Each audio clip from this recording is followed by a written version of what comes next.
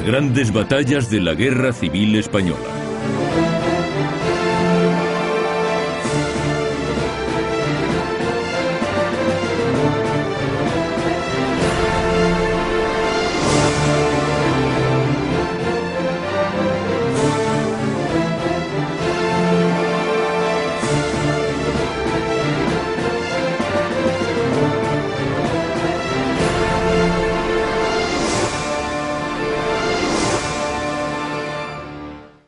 ...21 de julio de 1936. Tras el levantamiento militar, España queda dividida en dos zonas irreconciliables entre sí. Con la toma de Badajoz, el 15 de agosto, se produce la unión de las dos Españas nacionales, facilitando el movimiento de tropas y de material.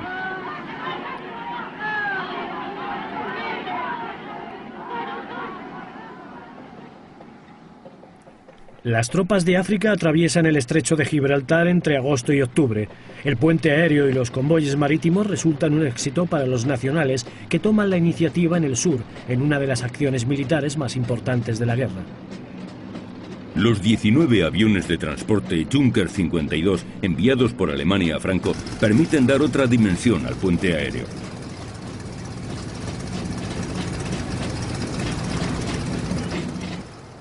Tras la toma de Talavera de la Reina el 3 de septiembre, el Ejército Nacional modifica sus planes y se desvía hacia Toledo para liberar a los sitiados en el Alcázar, retrasando su marcha hacia Madrid. Es una decisión casi personal del general Franco. En el Alcázar se encuentran sus compañeros de promoción y se ha convertido en un símbolo de resistencia mundial. El Alcázar y el Hospital de Santa Cruz, sede del gobierno militar de Toledo, se encuentran enclavados en el centro de la ciudad. Son los dos únicos focos de resistencia nacional. El último gran asedio de la historia bélica.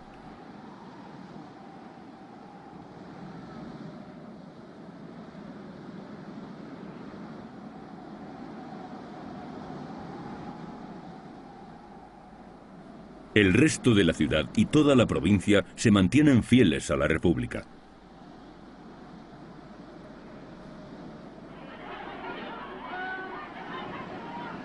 La Guerra Civil Española, denominada por muchos como la Primera Guerra Moderna, tuvo en ocasiones tintes medievales. Este es uno de ellos, el asedio al Alcázar de Toledo.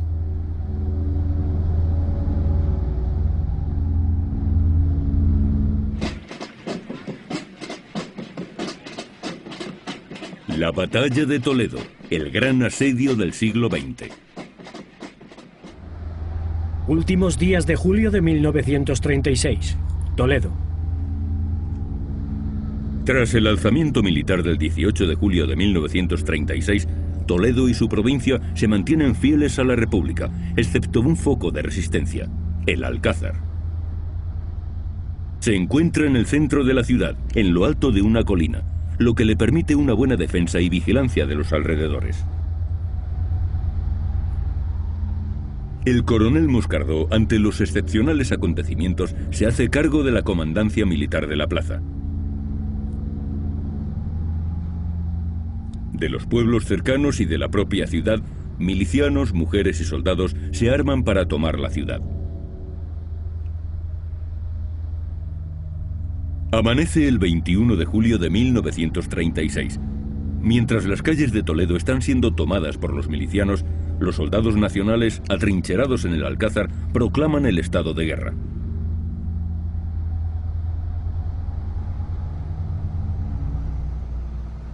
Esta situación supone una afrenta para el gobierno de la República, que envía las primeras columnas con el propósito de tomar la plaza de forma inmediata.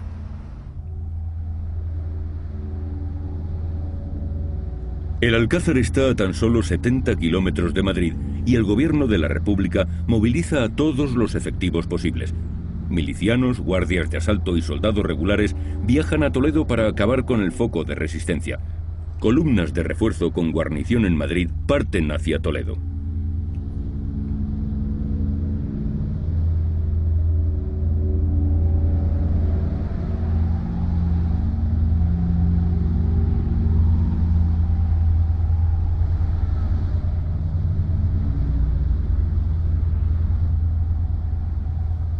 Comienza el cerco republicano sobre el Alcázar.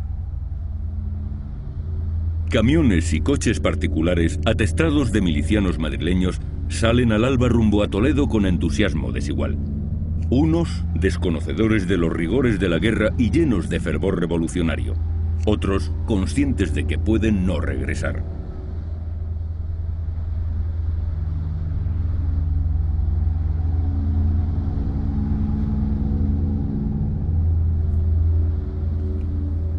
A la caída de la tarde y después de efectuar algunos disparos al Alcázar, vuelven a Madrid a descansar hasta el día siguiente para repetir la jornada guerrera. El 22 de julio, las puertas del Alcázar se cierran definitivamente. Dentro quedan unas 1.900 personas a la espera de la llegada de las tropas de Franco. Ese mismo día, entra el último camión al Alcázar cargado con armas y municiones. Pero una bomba republicana le alcanza de lleno haciendo estallar los 300.000 cartuchos que transportaba. La escasez de municiones será una más de las penurias que tendrán que soportar los sitiados.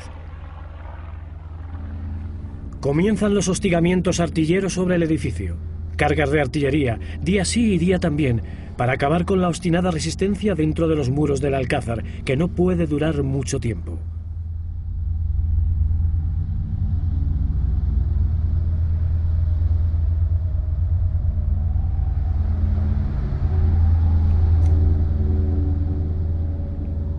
Mientras tanto, no dejan de llegar refuerzos desde Madrid y otras localidades.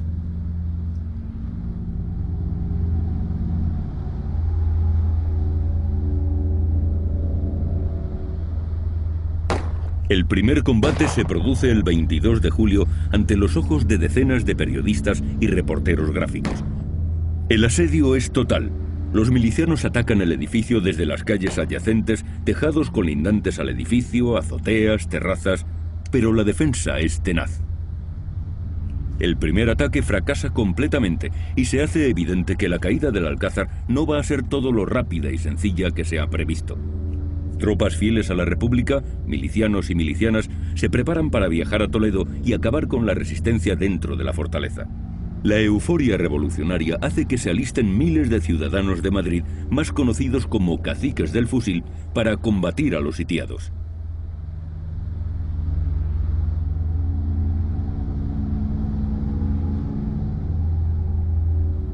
Se dieron casos de combatientes que venían por la mañana desde Madrid, disparaban 4 tiros, se fotografiaban y volvían por la noche a contar sus hazañas en los bares de la Gran Vía. A ese fenómeno se le llamó popularmente turismo revolucionario. Durante el asedio se hacen varios intentos para convencer a los sitiados de que rindan la plaza. Uno de ellos, el más terrible, es el que tiene como anzuelo la vida de Luis, el hijo del coronel José Moscardó.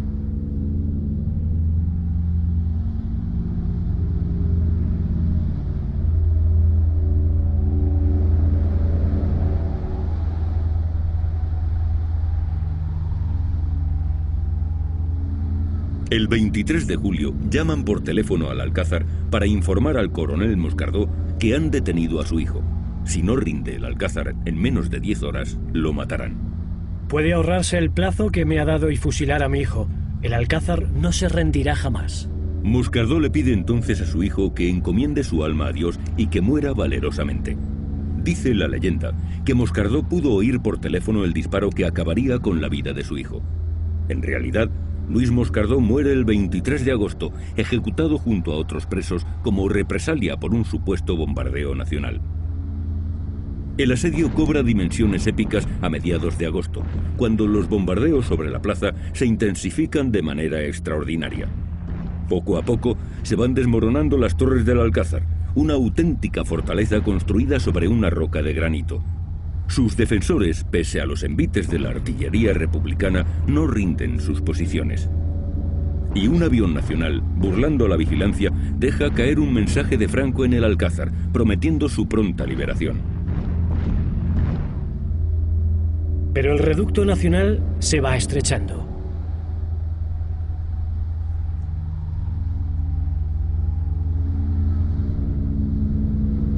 Desde la cercana plaza de Zocodover, los milicianos y las fuerzas republicanas, protegidas por improvisados parapetos de colchones, sacos de arena, sillas y mesas, disparan a la fortaleza.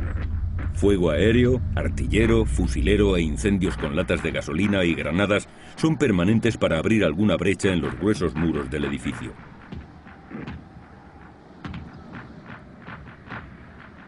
Los sitiados responden enérgicamente, pero racionando las escasas municiones, un elemento muy valioso por su escasez a estas alturas del asedio.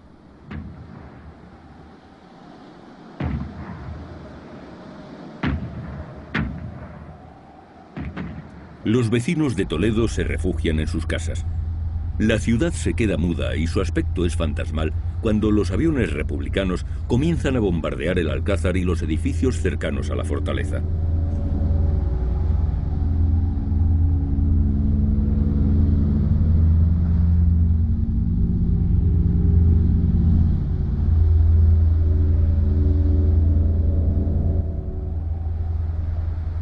La población civil sufría por primera vez la guerra en retaguardia.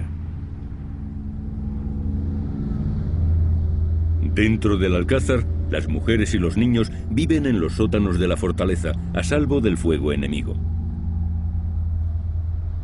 Mineros asturianos comienzan a perforar los cimientos del Alcázar. En sus sótanos se puede oír con claridad el martilleo de la perforadora. Largo Caballero, presidente del gobierno desde septiembre, tiene la necesidad de poner fin a la resistencia del Alcázar. No escatima en medios y continúa enviando hombres a Toledo.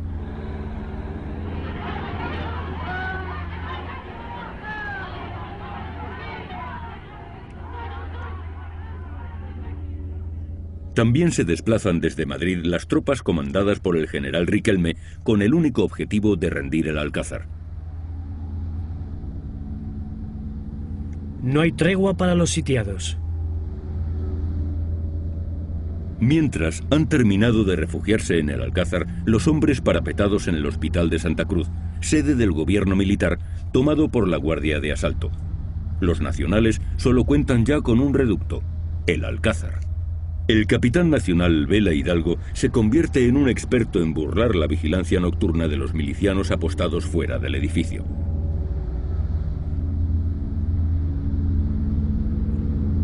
También tiene la misión de localizar el lugar desde donde se está perforando el subsuelo para colocar las minas.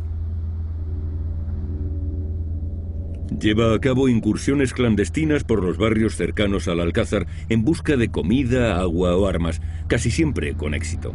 En la oscuridad y en el contexto de una guerra civil en la que todos hablan el mismo idioma, no resulta fácil distinguir a los amigos de los enemigos.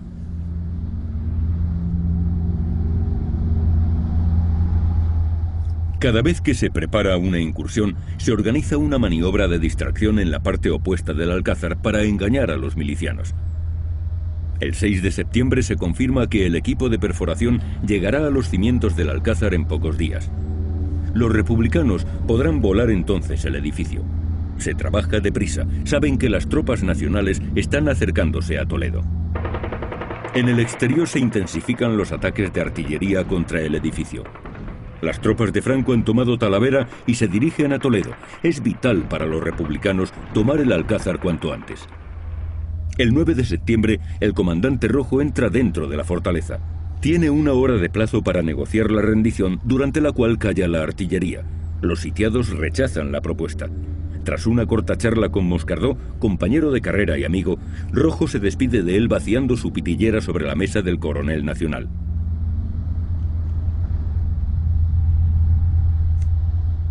La suerte está echada. En pocas horas el Alcázar va a ser tomado por las tropas republicanas, o al menos eso parece. El 11 de septiembre se autoriza a entrar en el Alcázar al canónigo Vázquez Camarasa, que administra los sacramentos y la absolución in articulo mortis a los sitiados en medio de una indescriptible emoción. Las negociaciones se dan por concluidas por ambas partes. Los barrenos subterráneos suenan cada vez más cerca. La muerte tiene una cita con los defensores del Alcázar, y ellos lo saben. Los muros de la fortaleza van resquebrajándose implacablemente. Sin embargo, y a pesar de la dureza de los ataques, los republicanos no consiguen penetrar al interior del edificio.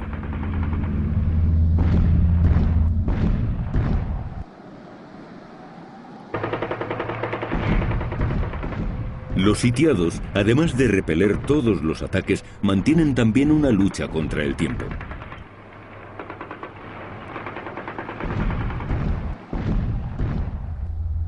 Pero no solo se vive la tensión dentro del Alcázar. La población civil está siendo evacuada de Toledo. Las casas que rodean el edificio son incendiadas por los republicanos para crear un cordón de seguridad entre ellos y los defensores del Alcázar. Paredes agujereadas, cascotes manchados de sangre y cristales rotos en mil añicos.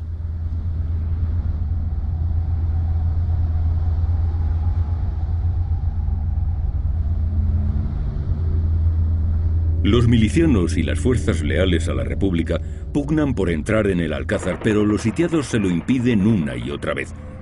A través de las grietas y las ruinas de los muros, unos y otros luchan sin descanso.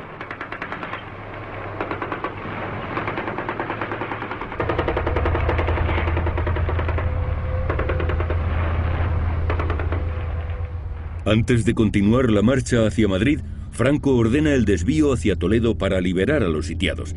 Se trata de reforzar la línea ofensiva hacia Madrid. Dentro de la fortaleza, los sitiados comprueban con terror que han cesado los ruidos. Los zapadores enemigos ya han llegado a los cimientos y están cebando las minas. A la espera de la hora final, los sitiados se trasladan a los sótanos norte y este.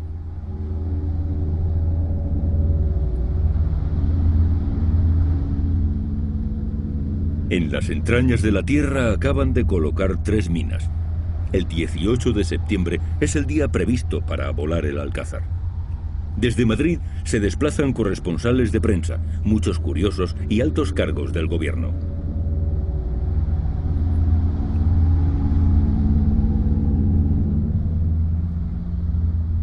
Largo caballero entre ellos. En la plaza de Zocodover aguardan 5.000 hombres. Una vez hayan estallado las minas, deberán iniciar el asalto al interior del edificio.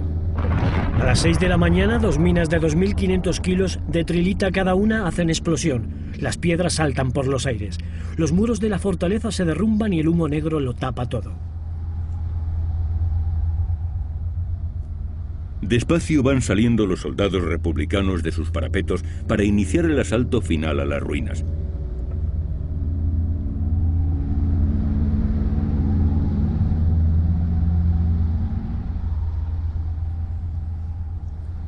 Hasta la plaza de Zocodover se desplaza Quintanilla para escalar los escombros y entrar en el edificio. También va con él el comandante Germán Madroñero con los guardias de asalto por la apertura de la esquina noreste. Por la sudeste lo intentan los hombres del comandante Torres Iglesias. La potencia e intensidad del asalto sobre el Alcázar lo dejan prácticamente derruido. En medio de una nube de polvo se inicia el asalto final.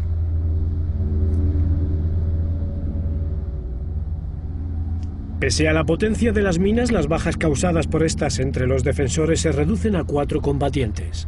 Ante su sorpresa, las tropas republicanas son repelidas por el fuego de los sitiados. Solamente queda en pie uno de los 4 torreones. A pesar de ello, y de los intentos por penetrar en su interior, la defensa de la fortaleza es efectiva y las tropas republicanas son nuevamente rechazadas. En los combates entre sitiados y atacantes se llega al cuerpo a cuerpo dentro de las ruinas y se lucha incluso con la bayoneta. La virulencia del ataque provoca 13 muertos, 48 heridos y 11 contusos. El Alcázar no ha caído, el asalto, por tanto, ha fracasado.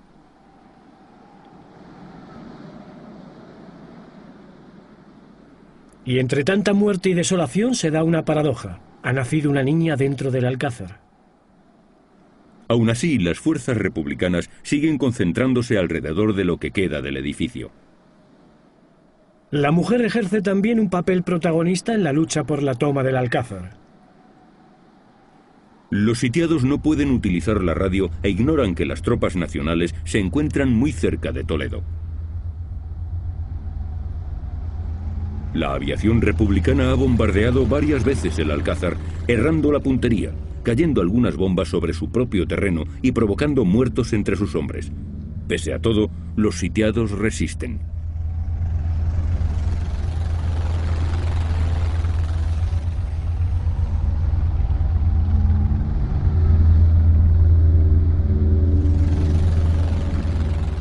La artillería nacional se escucha a lo lejos y llena de ánimo a los sitiados del Alcázar. El edificio a estas alturas es solo una ruina, y ya no queda en pie ninguno de los 4 torreones.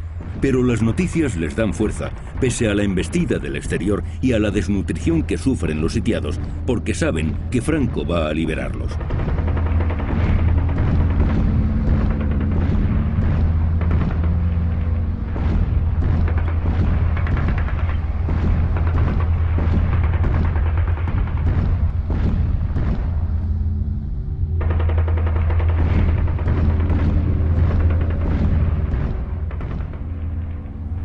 Ya se divisan desde el Alcázar las explosiones de los cañones de los nacionales.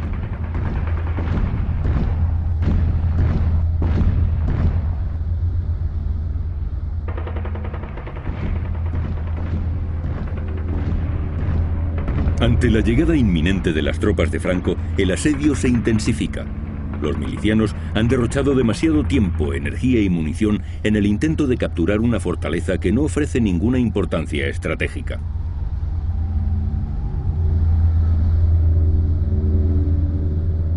El 21 de septiembre, Franco ordena agilizar las operaciones para llegar cuanto antes a Toledo. Moscardó todavía ignora que las tropas nacionales se encuentran frente a Maqueda, a tan solo 39 kilómetros de su posición.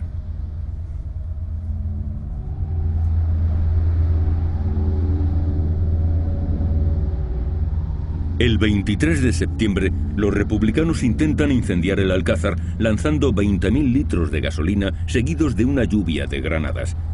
A continuación, los milicianos intentan un asalto a bayoneta calada y nuevamente son rechazados. El 26 de septiembre, comandando las columnas nacionales, el general Varela logra aislar Toledo de Madrid, tomando la carretera que une ambas ciudades a solo 6 kilómetros de la ciudad manchega. Una vez rebasado el pueblo de Maqueda, las tropas nacionales solo tienen un obstáculo: el río Guadarrama.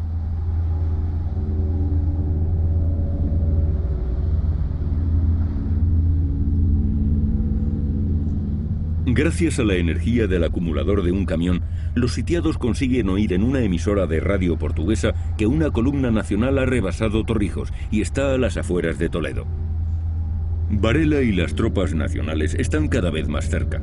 A las 10:30 de la mañana, los regulares entran por distintas bocacalles en la plaza de Zocodover, a los pies del Alcázar. Al anochecer, la quinta bandera del tercio establece contacto con los defensores. Ante los ojos incrédulos y emocionados de los sitiados, los regulares y el tercio pasan la noche dentro de la fortaleza. En el Alcázar se iza la bandera roja y gualda. El 27 de septiembre, el general Varela y sus tropas cruzan las ennegrecidas ruinas del Alcázar y entran en lo que queda del patio. Se desprende de una de sus medallas laureadas y se la impone al coronel Moscardó. Franco se traslada a Toledo para condecorar a Moscardó y a sus tropas. Sin novedad en el Alcázar, mi general. Le entrego el Alcázar, destruido, pero con el honor intacto. Durante el asedio, de los 1.200 defensores, mueren 90. 555 resultan heridos de diversa consideración, 18 desertan y nacen 2 niños.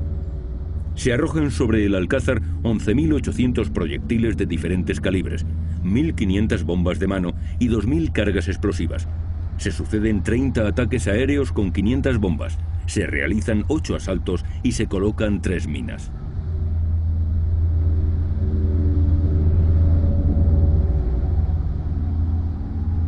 El edificio medieval queda completamente destruido.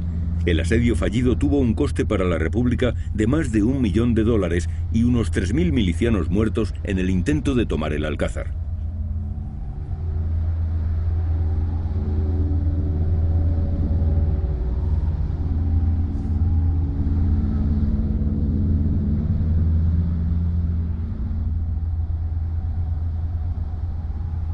Hoy, 29 de septiembre de 1936, es el día más feliz de mi vida. La liberación del Alcázar es lo que he deseado más ardientemente toda mi vida. Ahora la guerra está ganada. El asedio y posterior liberación del Alcázar de Toledo se convierte en epopeya dentro y fuera de España, reconociéndose entre las grandes hazañas del heroísmo militar.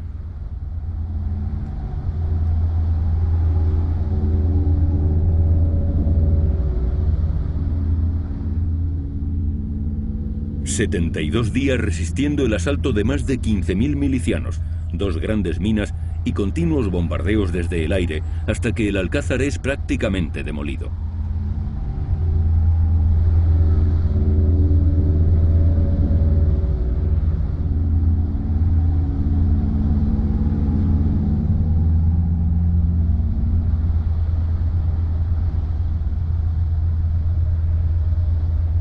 Las tropas de Franco, sin apenas descanso, enfilan todos los caminos hacia Madrid.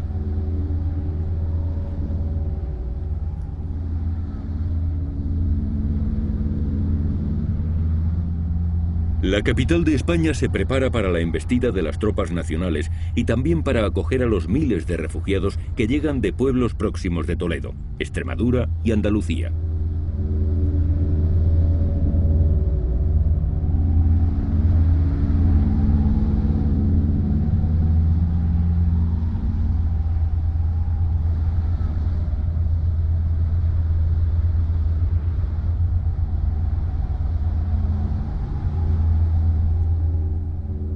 Debido al retraso de las columnas ocupadas en liberar el Alcázar de Toledo, en la capital de España han dispuesto de más tiempo para organizar la defensa de la ciudad.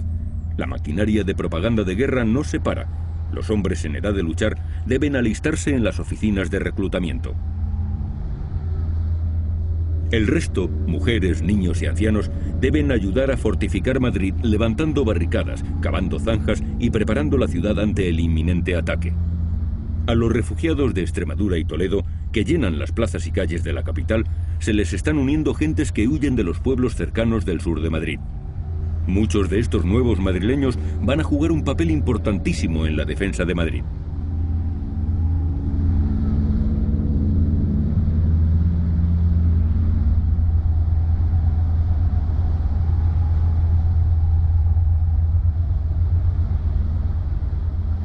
La capital de España se prepara para convertirse en frente de batalla, en la trinchera del mundo occidental.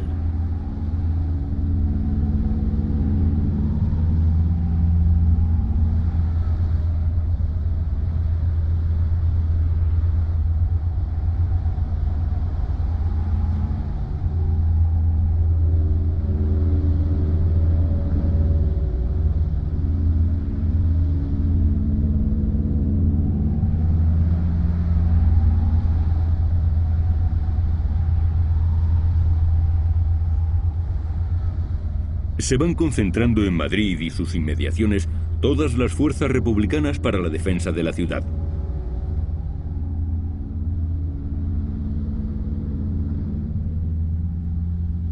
Los madrileños sienten de algún modo una exaltación absoluta por estar vivos en este momento y gritan la consigna que habrá de unirlos frente al enemigo. No pasarán. Madrid será la tumba del fascismo.